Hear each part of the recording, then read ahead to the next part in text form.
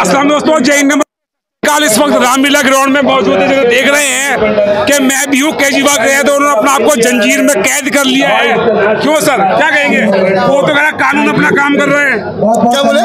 कानून अपना काम कर रहा है, वो बोल रहे हैं। ईडी बोल रही है कि कानून अपना काम कर रहा है, कानून सबके लिए। केजरीवाल को अलग से नहीं आ गए दुनिया में। देखिए, कानून सबके लिए है, ये तो सही बात है, लेकिन आज कानून सबके लिए नहीं रहा है, क्योंकि जब से बीजेपी सत्ता में आई है तब से कानून को उन्होंने अपने मुट्ठी में ले लिया है। जज उनके हैं, जज का रिक्रूटमेंट उनका सर। एक लाख में 1 मिनट, आप जो जुलूसली है वो भी दबाव में खरीदी गई है। मतलब ये जज जो है, मतलब फैसला दबाव में करते हैं। बिल्कुल।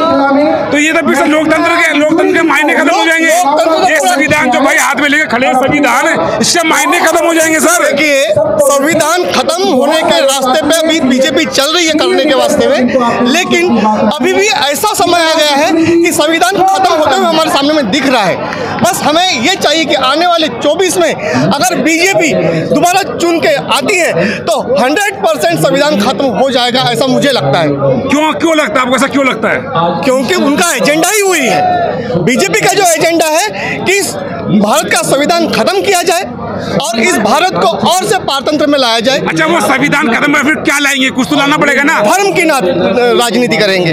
जिस समय में पहले राजा हुआ करते, उस समय में ये लोग राजा रहेंगे और हम सारी प्रजा रहेंगे, जो हम बात नहीं कर पाएंगे और बोल नहीं पाएंगे, अपना पक्ष नहीं रख पाएंगे। तो आप सही बोल रहे हैं, हिंदू राष्ट्र बनेगा तो हिंदू राष्ट्र में तो राजा होता है। बिल्कुल होता है, लेकिन हिंदू राष्ट्र, मैं हिंदू राष्ट्र के विरोधी नहीं हूँ, क्योंकि मैं भी एक हिंदू हूँ, लेकिन जिस हिंदुस्तान को संविधान दिया है उस संविधान को ही खत्म कर रहे हैं। वो लोग कहते हैं जो बीजेपी को नहीं मानता वो एंटी हिंदू है। मतलब क्या कहेंगे इस बारे में सर? बीजेपी को नहीं मानता एंटी हिंदू कैसे हो सकता है? वो एंटी हिंदू है? नहीं, ऐसा नहीं है। ऐसे बहुत सारे लोग बोल रहे हैं। जो बोलते हैं वो हम समझ सकते हैं कि वो संविधान विरोधी है। उस साल के चुनाव आजादी की क्या कहेंगे सर? आप एक मिनट सर, आप पीछे रहिए। आम आदमी पार्टी के प्रदेश यहाँ पर सर आप इतना जो बोल रहे हैं, देख रहे हैं हम लोगों में, वो कह रहे हैं कि ईडी तो अपना काम कर रही है और देश का जो कानून है वो चाहे प्रधानमंत्री हो, मुख्यमंत्री हो, सबके लिए समान होना चाहिए ना। बिल्कुल होना चाहिए। जो गलत करे उसको जरा, जो सही करे सही।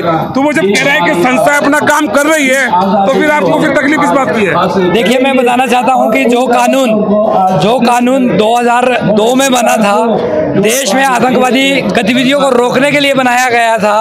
2006 में ये कानून PMLA सेक्शन 45 जो बनाया गया था, आतंकवादी गतिविधियों को रोकने के लिए बनाया गया था।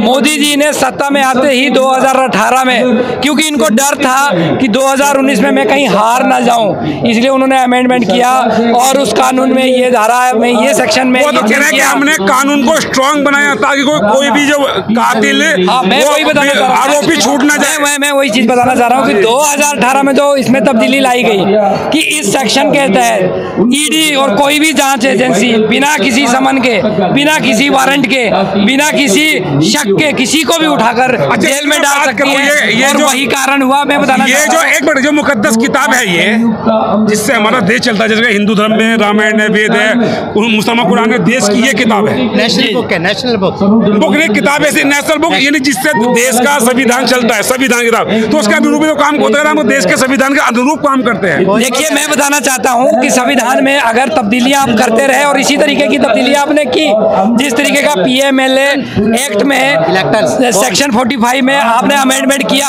आपने ये बोला कि आतंकवादी गतिविधियों से हमें कोई लेना देना नहीं है, हमें सिर्फ विपक्ष के नेताओं को जेल में डालना है, उस तरीके का इसमें अमेंडमेंट किया गया।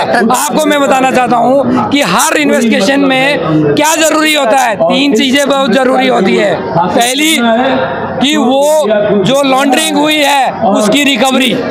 इस पूरे तथाकथित शराब घोटाले को चले हुए 2.5 साल के करीब हो गया।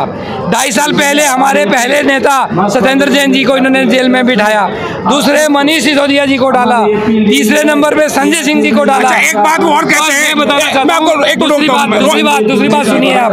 दूसरा बात वो है कि उसका गवाह किसको वो पैसा दिया गया, किसके द्वारा दिया गया, किसको दिया गया, किसको दिया गया, आज तक इनके पास कोई गवाह नहीं है। और तीसरी बात भी मैं बताना चाहता हूँ कि तीसरा इसमें जो बात होनी चाहिए थी वो था प्रूफ। आपके पास साक्ष्य क्या है, आपने रिकवर क्या किया, किस तरीके से किया, कितना किया, आज तक चवन्नी धैले का इनको रिकवरी नहीं मिल पाई। तो मैं बताना चाहता हूँ ये सिर्फ और सिर्फ विपक्ष की आवाज को दबाने के लिए मिसयूज किया गया है। एक आवाज निकल के आ रही है, जैसे दिल्ली प्रदेश की मैं बात करूँ, लोकसभा की 7 सीटें हैं, तो बीजेपी बोलती है कि हम मुसलमानों को टिकट नहीं देते, तो आप भी नहीं देते, तो आप में हमें फर्क क्या? फिर देखिए मैं बताना चाहता हूँ कि तो भाजपा के पास सिर्फ एक ही मंत्र है, जीतने का एक ही मंत्र है, सिर्फ और सिर्फ हिंदू मुस्लिम, हिंदू धर्म और मुस्लिम धर्म की बात करते हैं। उन्होंने कहा कि हमने 7 लोकसभाओं में अगर किसी मुस्लिम को टिकट नहीं दिया तो आम आदमी पार्टी कांग्रेस भी टिकट नहीं दे रही है। देखिए मैं आपको बात बताना चाह रहा हूँ, फिर से मैं यही बात बोलूंगा कि आम आदमी पार्टी एक ऐसी पार्टी है जो किसी जाति और वर्ग की बात नहीं करती, सिर्फ और सिर्फ तो फिर मुसलमान को टिकट को नहीं देना चाहिए आपको? ऐसी कोई दिक्कत नहीं है। जहाँ पे मुस्लिम कैंडिडेट है हमारे पूरी देश के अंदर, पूरे देश के अंदर राज्यसभा के